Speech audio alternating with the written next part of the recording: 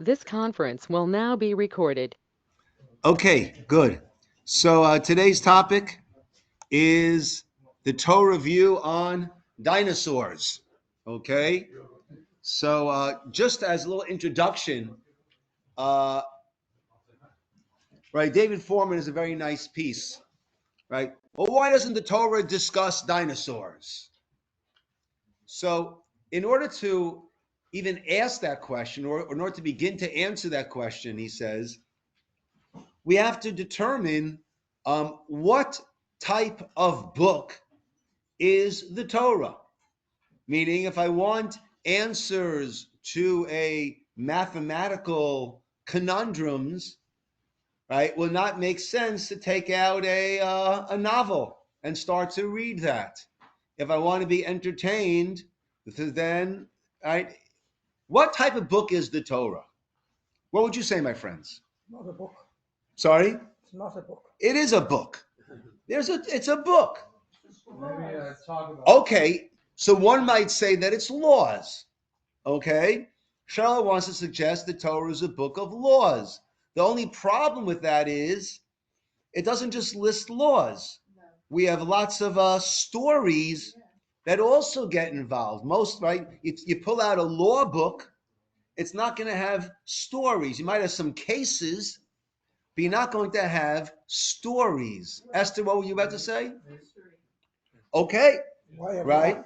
Right? If it's history, right? So then what are all the laws doing in there? Right? Right?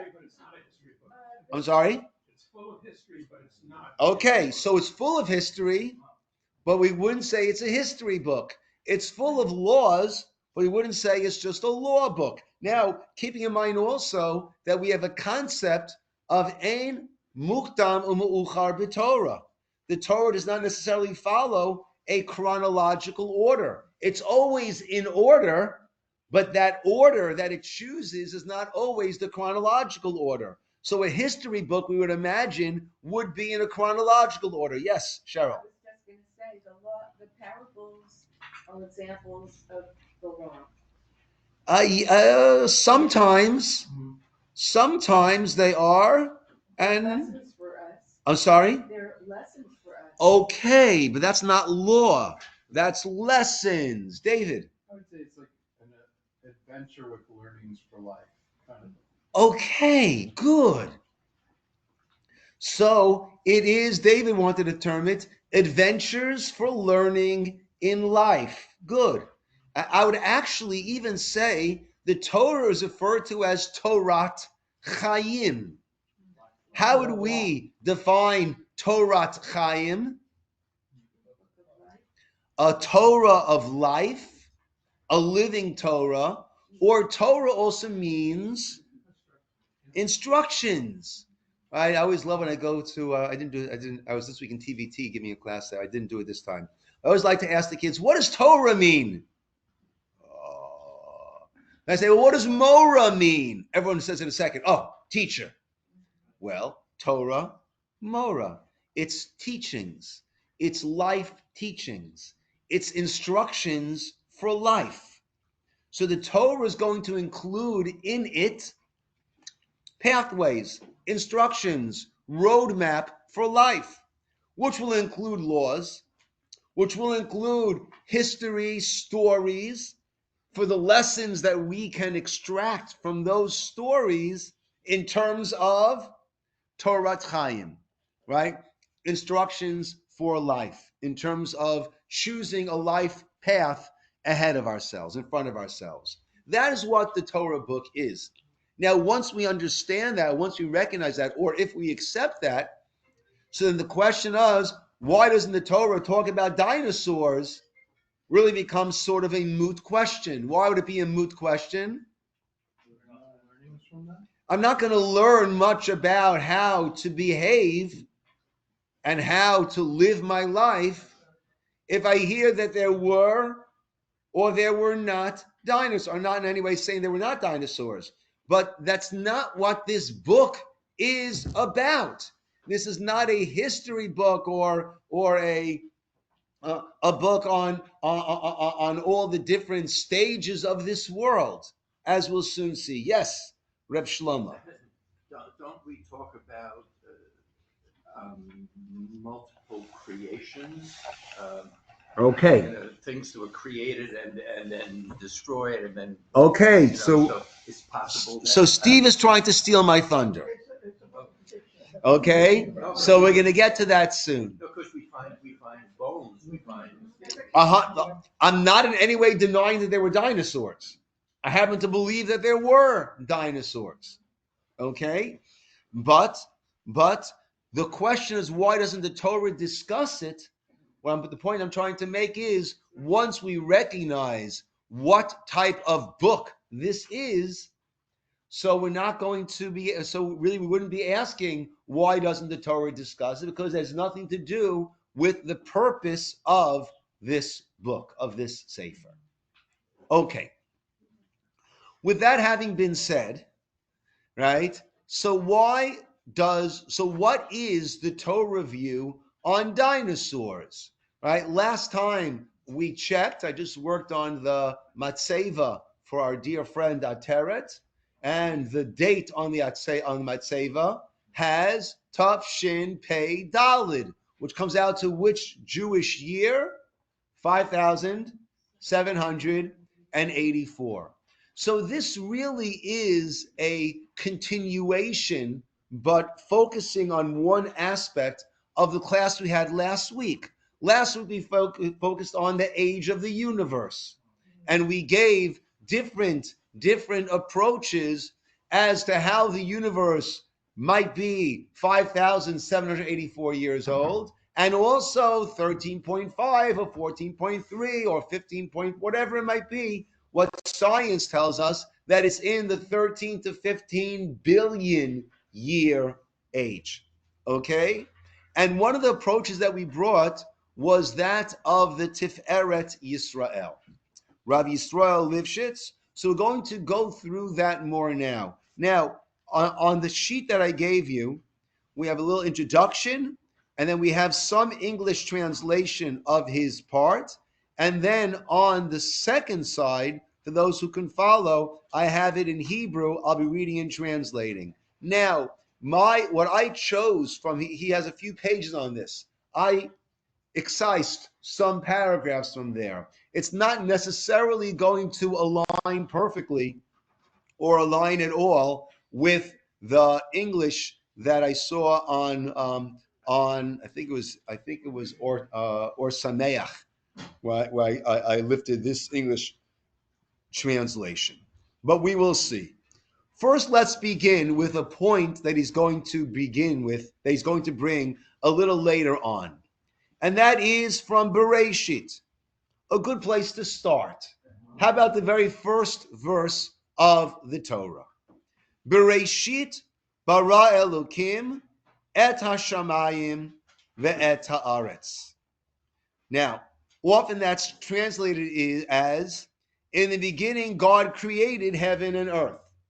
Our English has it differently.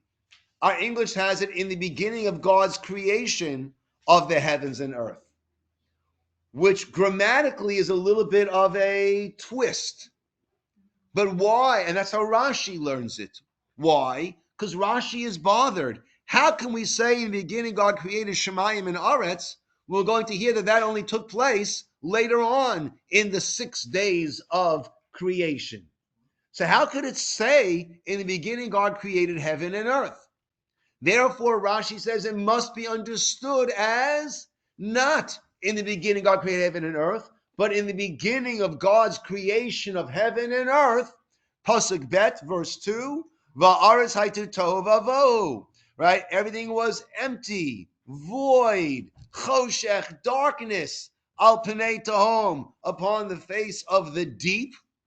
V'ruach Elokim rachefet al pnei hamayim, and the Spirit of God was hovering over the face of the water, whatever water this might be referring to. So that's how Rashi, in order to answer the unspoken question of how could we say, and he spells it out actually, how could we say in the beginning God created heaven and earth when that was later on in the creation story? Therefore, he understands it as in the beginning of God's creation of the heavens and earth. However, However, the Rav Lifshitz, right, in his Drash or Hachayim, is going to take a different approach. One question that he has is simple meaning, how can you say in the beginning God created heaven and earth? The same question that Rashi had, but he'll go off onto a different direction. Secondly, Pasuk Bet, V'ha'aretz haita tohu vavohu, V'ha'aretz, and the land. What's strange about this Pasuk? Doubles up. Arts is land and the land. Okay, and why the and the land? What's and? In the beginning, God created heaven and earth. The earth was tohu vavohu. What is the haaretz? And the land was. Okay, so now we will work our way through this drush or achayim from Rabbi Yisroel Lifshitz. A little bio on him. 1782 to 1860. Yes, Dov. I think it said in the beginning of creation, in the plural, not singular. Okay. That's okay. So he lived 1782 to 1860. 78 years, which I think in that time was considered a pretty lengthy life. I imagine the life expectancy in the late 1700s, early 1800s was a lot less than that. Just struck me. Okay, but it gives us the time frame of when he was living and what discoveries were being made in his time. What were the current events that were taking place in his life, which is always fascinating to get a glimpse of that. He was a rabbi of the Acharonim era. Okay, Acharonim meaning we have the Rishonim like Rashi, Rambam, Maimonides. That would be, let's say, the year 1000 to the year 1500 or so. Those are called the Rishonim, the earlier commentators. And after that, we are all the Acharonim. First at Dessau, then a Jewish community of Danzig. He was the author of Tiferes Yisroel, a well-known commentary on the Mishnah. When someone is learning Mishnah from the main printed edition of the Mishnayos, so you have the Bartanuras, not just the wine, but a parish on the Mishnah. You have the Bartanuras parish on the Mishnah, and then you have the Tiferes Yisroel. He has one more cursory, another going more in depth, but that's one of the classic, a well-known commentary on the Mishnah.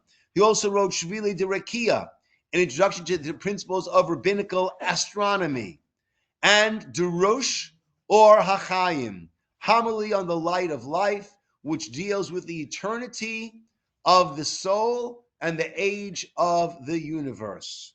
Drosh or Hachayim in Mishnayos Nezikin after Sanhedrin. And you can find that printed in the back of the Mishnayos of Nezikin. And now, those who want to follow in English do, but keep in mind that I'm not going to be going firmly according to that. And I'm going to be reading from the Hebrew on side B and translated. Amrina Bereshit Rabbah. It says in Bereshit Rabbah is the Medrash on Bereshit. Vayihi Erev, Vayihi Boker. On the first day, it says, and it was evening, and it was morning, right? Now, if there was not yet any sun or sun rising, sun setting, so what's the evening and the morning?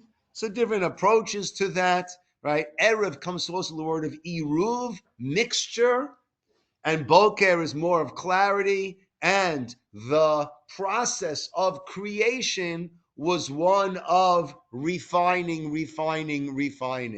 And once I refined to this stage, that which preceded that stage would be considered an Eruv. It was a mixture, and now continuously. But he's bothered once again by the letter Vav. And it was evening, and it was morning. What is the end? This was the Yom Echad. This was day one. So what is the and over here? The kash adayin shemesh ba'olam erev v'boker minayin. Right. So how do you have morning and evening? Rabbi Avo mikan. Rabbi Avo says from here we see shahaya seder zmanim kodem lezeh. There was a whole period, series, groups of time preceding this. Melamed, we learn out, the Medrash says, Shayakash Baruch Hu boneh olamot umachrivan. Now keep in mind, this Medrash is written about the year, probably the Medrash around the year 200, we'll say. Okay? So this is in no way apologetics. This is in no way, science found this, so now we better say that. This is centuries, thousand plus, about 1,500 years before science was saying anything on this matter. The Medrash says we learn out that God was boneh olamot, creating worlds, umacharivan, and then destroying them. Boneh olamot, building worlds, umacharivan, and then destroying them. Va'amar dain hanayin li, v'dain lo hanayin li. This I want, this I don't want. So someone raised the point last, well, God doesn't know, right? But like we said, I think we discussed it last week a little bit, it was a distilling process. It was a build-up process. God couldn't have done it all like that. Yes, of course he could have. Why did he choose to do it the way he did? He did. He does. Right? I'm not God. I work for a nonprofit, so I can't give you any prophecy on that. Right? We don't know. Right? You know, in Pirkei Avos, we do ask, why was the world created in 10 utterances? God could have done it in one utterance. Right? These are questions that we delve into, try to. Yes. Could be. Yeah. Definitely. Yeah. Bracha, that's definitely a possibility. Uchidei, second paragraph now. Limsor lanu habata. In order to give us a view, v'hashkafa agolit, and a wide understanding, perspective better.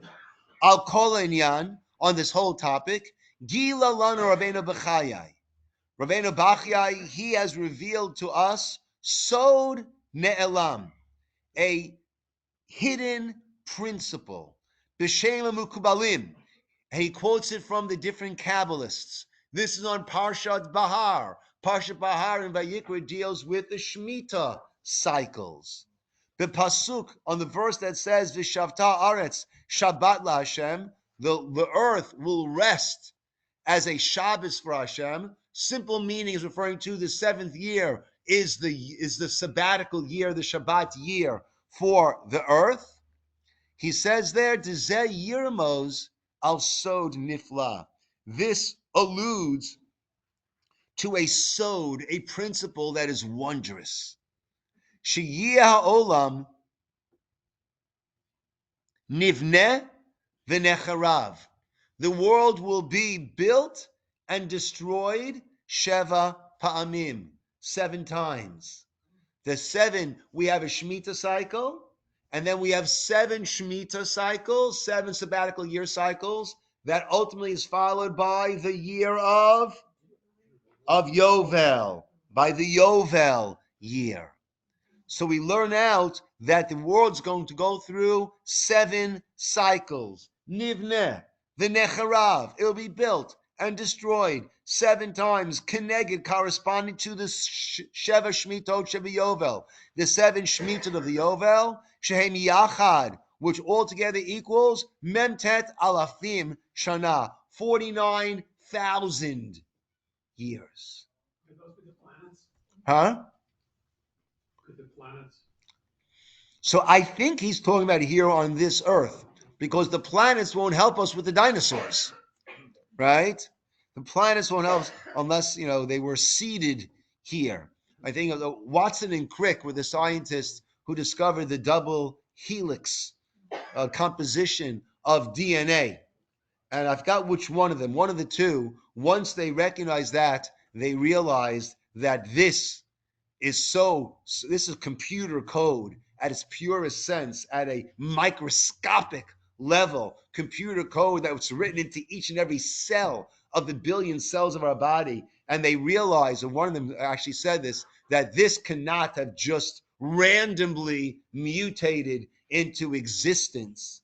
And therefore, the only possible explanation was, heaven forbid to mention God, it must be that aliens came and seeded, seeded, seeded our earth with this, and that's how it's, right? Who created the aliens? Oh, that's already a different story. That I don't have to worry about. Okay. That's what I'm about to say, like the bones were just planted, and God gave you intellectual curiosity. Yeah.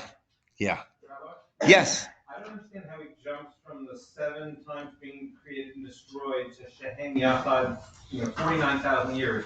Where did the 49,000 years come from? So he's going to, I think, right, every year of the Shemitah cycle is going to be 1,000 years. I'm not sure how that math, right? I'm not sure. But what I want to show from these two paragraphs is that well before science discovered any indication of a destroyed world or a prehistoric world or a world that existed beyond our present day experiences and comprehension, the Medrash speaks about it, Rabbeinu Bachai speaks about it. Va'ata, and now, Achi Yedidi, my dear brother and sisters. Ru'u, see, al eza basis adnei Torah hakdosha munachim. See on the foundation that the footing of our holy Torah rests. Ki asod hazeh, this secret, shenimsa l'avotenu rabbeinu, that was given over to our predecessors, our Rabbeim, our rabbis. Veheim giluhu lanu, and they have revealed it to us. Ze kama me'ot shanim, this is hundreds of years earlier. Mitzanuhu, that's what we found. Shuv, we found it. We've afterwards found evidence for this. Ba'ateva, in the world, in nature. V'rura le'inenu, clear before our eyes. Bizmanim ha'mu'charim, kibizmanenu, habihira biyoter, at this later point in history, which again for him was his present time, which is the early 1800s, we'll say. Habihira biyoter, which is so clear. 4th paragraph. Deharuach hamishtokek sheba adam, that spirit, that wandering, inquisitive spirit of a human being, hachafetz, who wants ligalot, to reveal, to uncover, kol talumot, all that which is hidden, chatar, has mind, v'chafar, and dug, v'yechapes, and he has gone searching, kechulda, like a mole, bikravim shel adama, into the innards, into the bowels of the earth, beharim, on the mountains, hayoter gvohim shebolam, the highest mountains of the world, kaharare, I'm not sure where that is, Prinanon, and the Carpathian mountains, Bekarpitjon, the Carpathian mountains, Gabar Ganan, I'm sure that is, Ubahare Coloradin,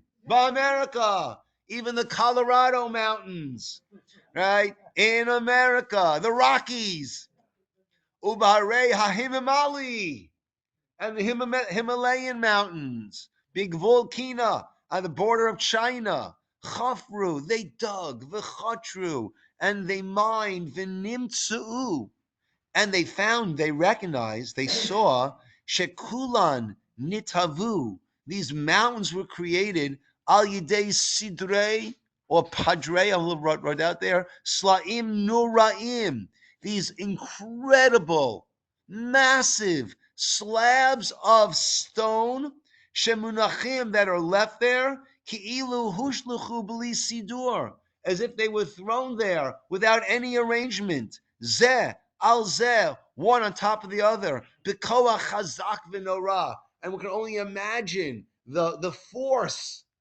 the strength that caused these massive, massive, massive boulders, the size of massive buildings, to be tossed and thrown one on top of the other.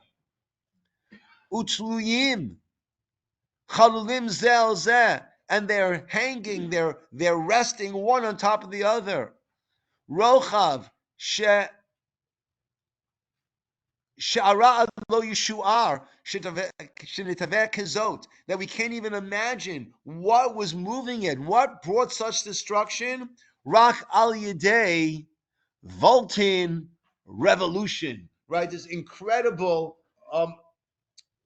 volcanic, whatever it might be, eruption, right? That brought such destruction.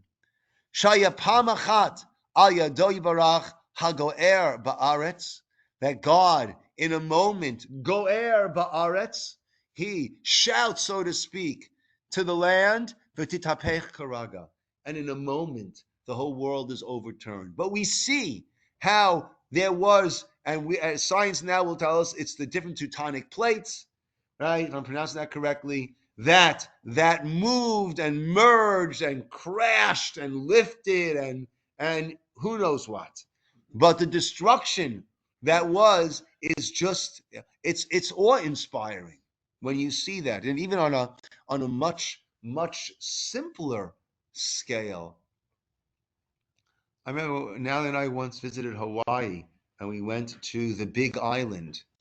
And amazing over there. There's the active volcano over there. It became very active a few years ago. When we went there, it was a little active, not too active, which was good to visit, right? You don't want too active when you're going there. But there's this whole, we hiked across this whole volcanic lake, right? Which was a whole lake of lava, which filled up over there and then solidified.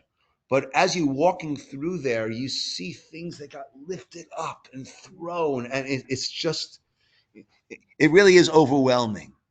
So our earlier sources, 1,000+ years, 1,500 years before science discovered any of this, taught us that this world had these different stages. And the world was created, destroyed, recreated, destroyed. Ukvar yadanu. Let's go to 1, 2, 3 for the 5th paragraph. Ukvar yadanu me atzmot, and now we know of, again, mid 1800s, atzmot, bones of chaya ankayi achat, a massive creature. Shenimtzeit b'imkei eretz saviv, ir Baltimore, America. They found somewhere there in Maryland, not far from Baltimore, they found these fossilized bones. Asher archa, its length was 17 yudzayin regel, 17 legs length. Ugavoa mikafod raglea rishonam ad kitzei kaftotea yudalef regel, and from foot up to shoulder 11, whatever that was, whatever measurement that was. Umikaf raglea chonin agova yesh tet regel. All these massive, massive measurements, as we've all seen when we've gone to museums of natural history and seen the size of these dinosaurs, that from the bones that they found, they're able to then reconstruct it to what it was in actual size. The Gambe Europa, and also in Europe, Uba Aretz, God, I'm not sure what that is. Nimsa, they found Ba'amakei Eretz Atzamot Zordachai, they found bones of such an animal. Pizurim, spread out. Achad Heina Bachena, one over here, one over there. The Karu B'Shem L'chol Min Chaya Kazot Mamot, mammoth, right? And they call this a mammoth that they have found. The Chen Matsu Min Bria Avniyit. They've also found a creation avniyit in the stones. That's the fossils. Igvandan. I'm not sure what that is. Does English say what that might be? Shegavha, its height was 15 regel. Its length was up to 90 regel. Umitoch tchinot evirah shavtu hatochniim shemachala rak chatzir haya. And they're able to discern, I guess, from the teeth and whatever they're able to find there, that it was vegetarian. I don't know if it was vegan, but it was vegetarian over there.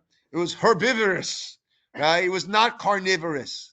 The omin chaya acher matsu shikoru megalosaurus shaita rak ma'at katan may the ingvan dandan, whatever that is, a little bit smaller. You know, some Jewish scientists, they found a dinosaur, right? They call it the Oivesaurus. Oive, I've got Saurus. That's the Oivesaurus. Yeah, sorry.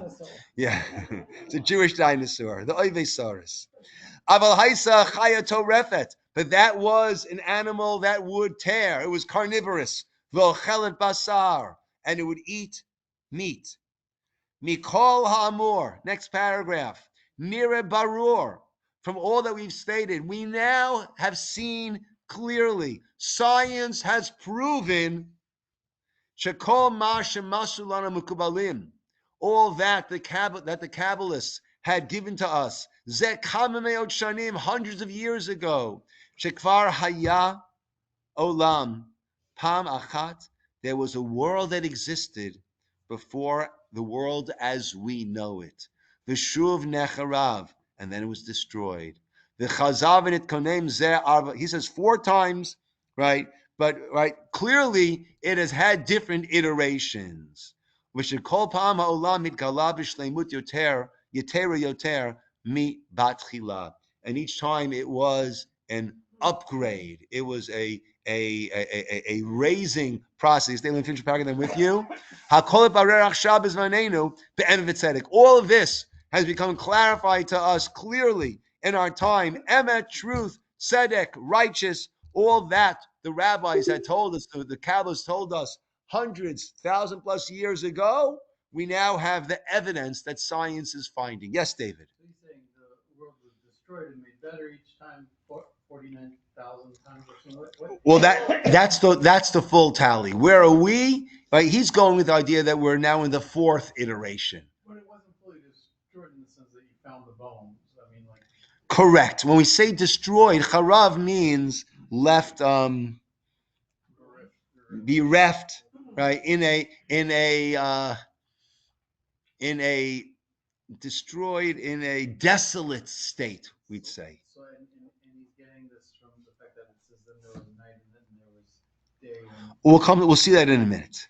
So, Rabbi, the carbon dating now is inaccurate compared to what the Kabbalists thought the years of the dinosaurs? So not necessarily, right? That we discussed last week. All the carbon dating, right? You know, we had a number of approaches about that, right? Yeah. Amnam. Sorry. V'hit ameno achi. Shesod anifla. And now it's been shown to us, my brother, that this sod anifla hazeh, that this tremendous, wondrous, secret principle, nichtav be'er hetev, it's actually written clearly, be'parsha rishona. It's all alluded to in that very first parsha of our Torah, shebetoratenu akdosha, of our holy Torah, da ba kula ba. That which is in there, everything is there.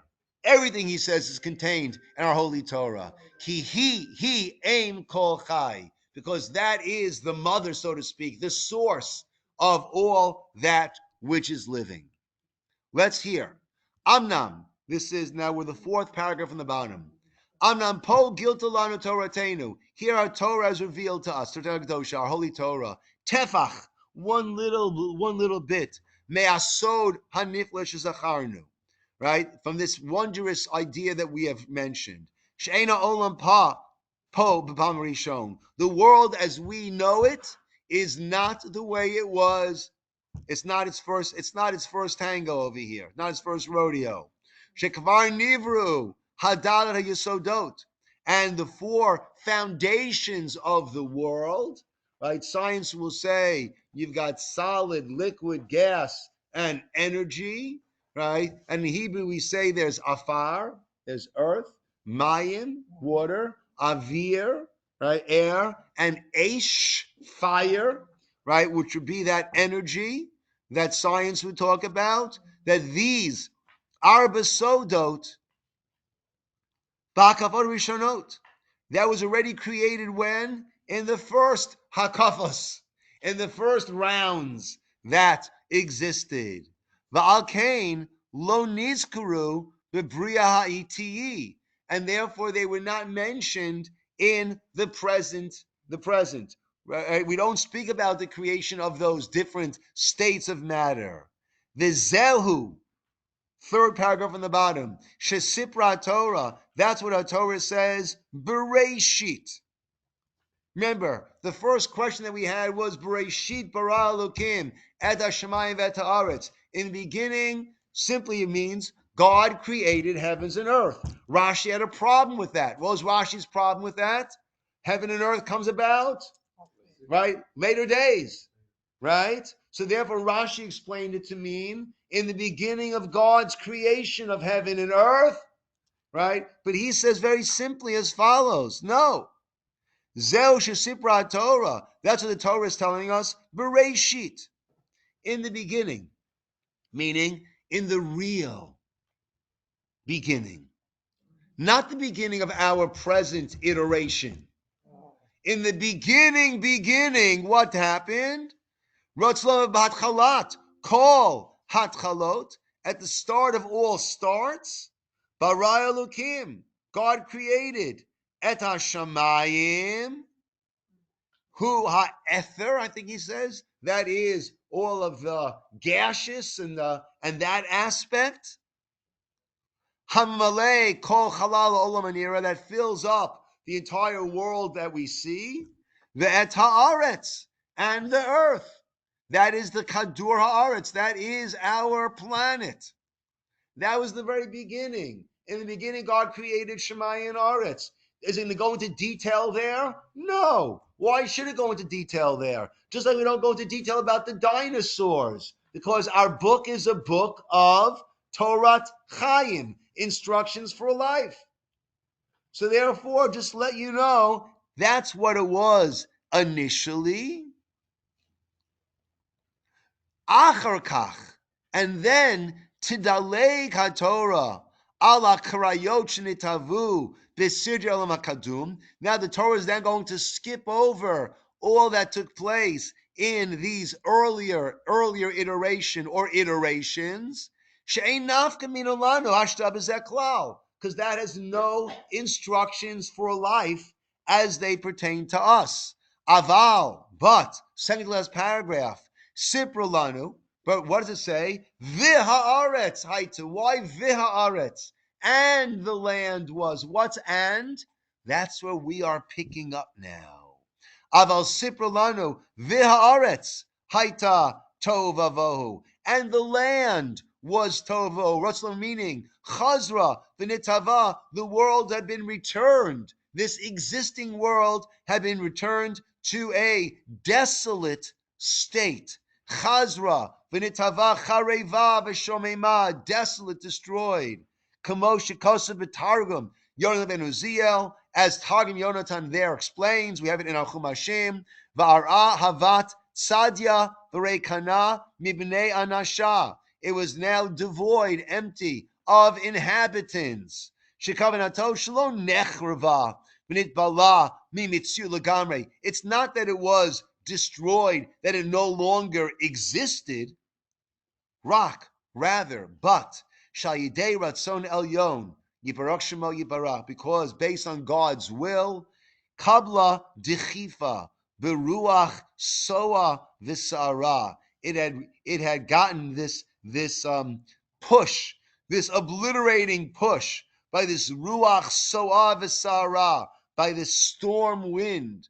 Osed divaro, when it balbulu sidrei hateva hakadum be'eshu v'mayim, and the previous existence had now become wrecked by Aish and Mayim, by fire and water. V'nitava choshech al pnei tahom, and there was this darkness over the face of the depths. Steve, you want to say something for? And then Your Honor wants to say something? Just makes me think that if talking about creation, it's talking about creation of it's narrowing what creation is. I mean, it struck me that last week you titled it The Age of the Universe.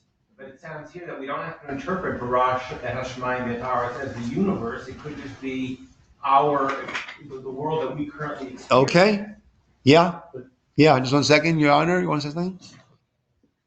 If you ever take a trip to the Grand Canyon, Which I have. and they explain that Can't live in California, not go to the Grand Canyon. water could carve through rock. Yeah. We can't see that. We've never seen a rock melt Yeah. from a drop of water. What must have been going on here in prior times? Yeah. That's such a thing. Yeah. Where did all that water go? Yeah. Yeah. Spirit created. Yeah. And or I think what we'll also now understand is the famous Rabbi Akiva story, right? It could be a slow, persistent flow, but it will keep eating away, eroding. And over time. I can't imagine that a drop of water, even if it's every second, could create the Grand Canyon. Yeah. Yeah. That's the famous story of Rabbi Akiva, that he was at 40, he started studying, right? So what happened at 40? So the story that's told is he saw a drop of water, and that had bore a hole into a rock. And he said, if water can carve into a rock, then Torah can certainly carve into my soul, so into my heart.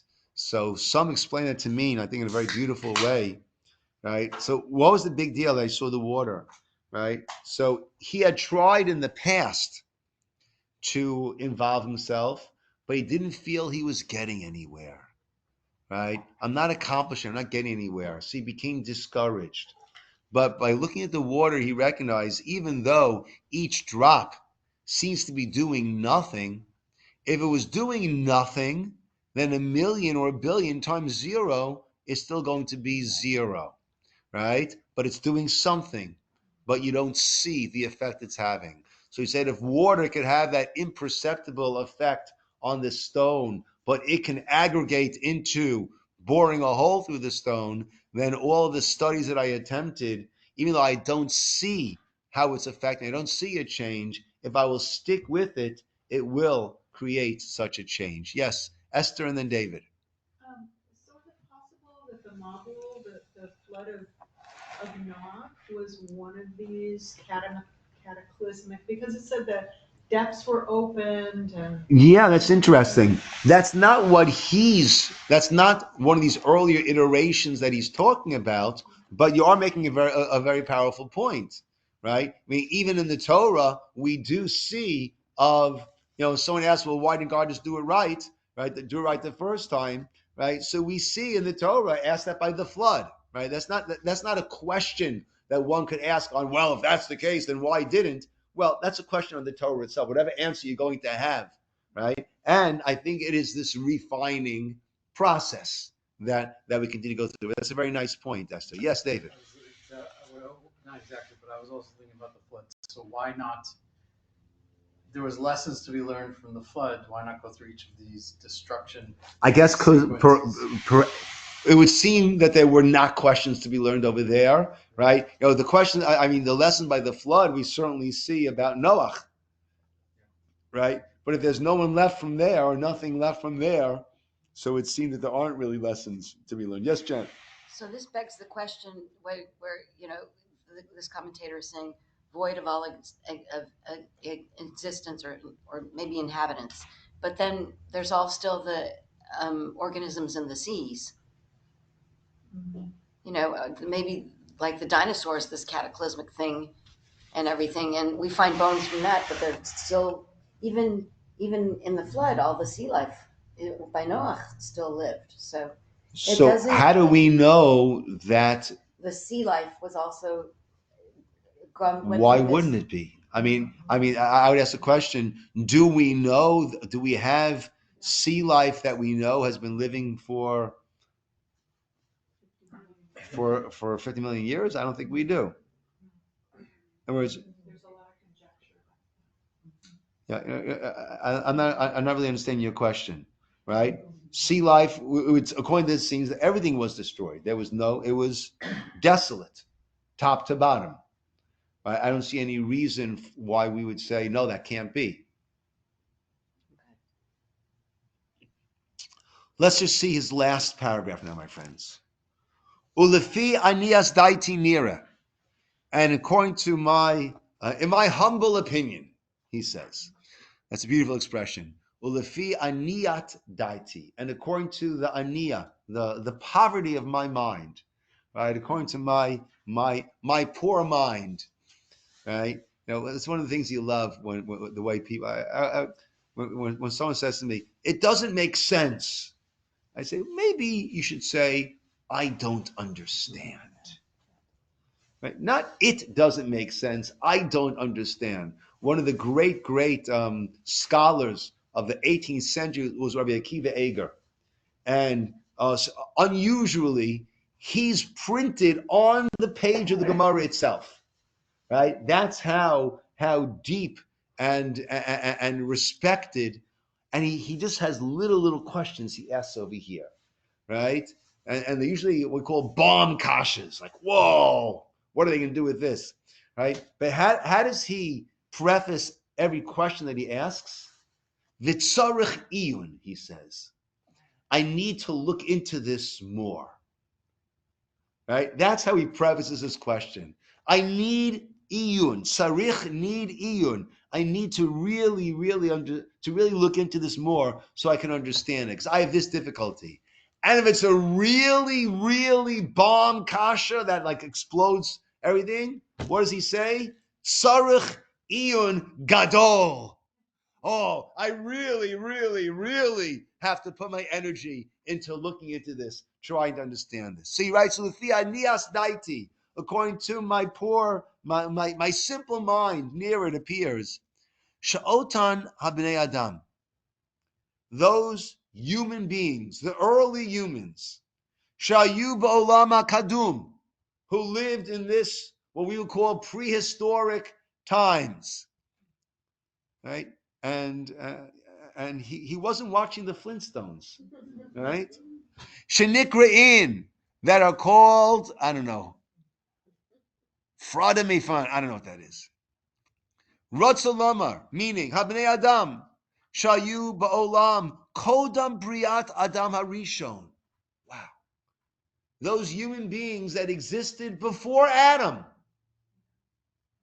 So, in other words, the way he's learning, so Adam was the first human with this morality, with this spirituality, with this breath of God, with this neshama in him, not to exclude and not to preclude that there could have been, or there were earlier Neanderthal, whatever you want to call, who were there kodem prior to Briat, the creation of Adam Arishon, ha'achshavi, the now, the present human form. Hein, these are taf kuf ayin dalid, dorot, the 974 generations that's alluded to in the Medrash, Shenizku, that's mentioned in the Gemara Shabbos and the Gemara Chagiga, shayu nivraim kodem briat ha'olam ha'itiyi, that were all created prior to the world ha'itiyi, as it is now. So I mentioned briefly last week, but now we see it black and white, how the Torah Yisroel says all of these discoveries, not only don't they shake our belief in Torah, but what they do is they substantiate. They bring proof to these teachings of Torah that we have had that seem to be coming out of nowhere, and then science comes around and says, exactly, that's what we are now finding. So the dinosaurs, according to him, right? There's no reason.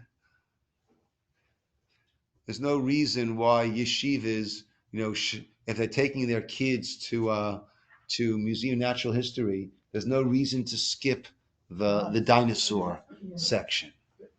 Also, isn't another explanations that I heard. Look, time and space is relative. A day on Mars is different than a day here, and God day could be 1,000,000 years or a billion years. Yeah. So we had done it last week. That's Yeah. Gerald Schroeder, right? It all depends, right, where the clock is, right? And one day there, as the universe is expanding. Yeah. So he has his approach. We did last week on the age of the universe, is that the clock was placed on Earth, so to speak, on day 6 until then, and he does the math there, right?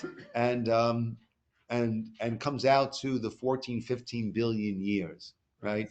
The way he explained it very beautifully is if every second I'm going to emit I'm going to toss a tennis ball, right? Every second I'm throwing a tennis ball, right? But I keep moving further and further. You keep moving further and further away from me, right? So I'm throwing it every second, but after a while, it's taking 5 seconds, 20 seconds, a day, a year, right? And then he mathematically, using physics, says the rate of expansion and the matter of time, and he comes out to the billions of years. Yes. So according to that approach, we don't need times before. Right. We don't need the creations that got destroyed before us. That was all within the 6 days of the clock when it's over there right, and then we moved and then moved here. But for us, with those tennis balls coming, we're talking about billions of years. Yeah, that's another approach. But this time I was working on the Tiferes Yisroel's approach. Yes, Janet. So that's a plug for the Beth Jacob YouTube channel, because Rabbi posts That all is true. the previous classes. You can go back. That is true. And That is see. true. And Janet gets a share of all of my advertising revenue that comes from there. No, if I do, I should give it back to Shul. It's okay. A share of 0 equals 0, so you don't have to worry about that. But it doesn't mean it can't become more. There's our treasure. There we go. Okay, my friends, good. We'll call it over here. Yes, good luck, everybody. And lunch today was prepared beautifully by Vivian Hutz. So if you see Vivian, let her know that it was enjoyed and appreciated. Okay.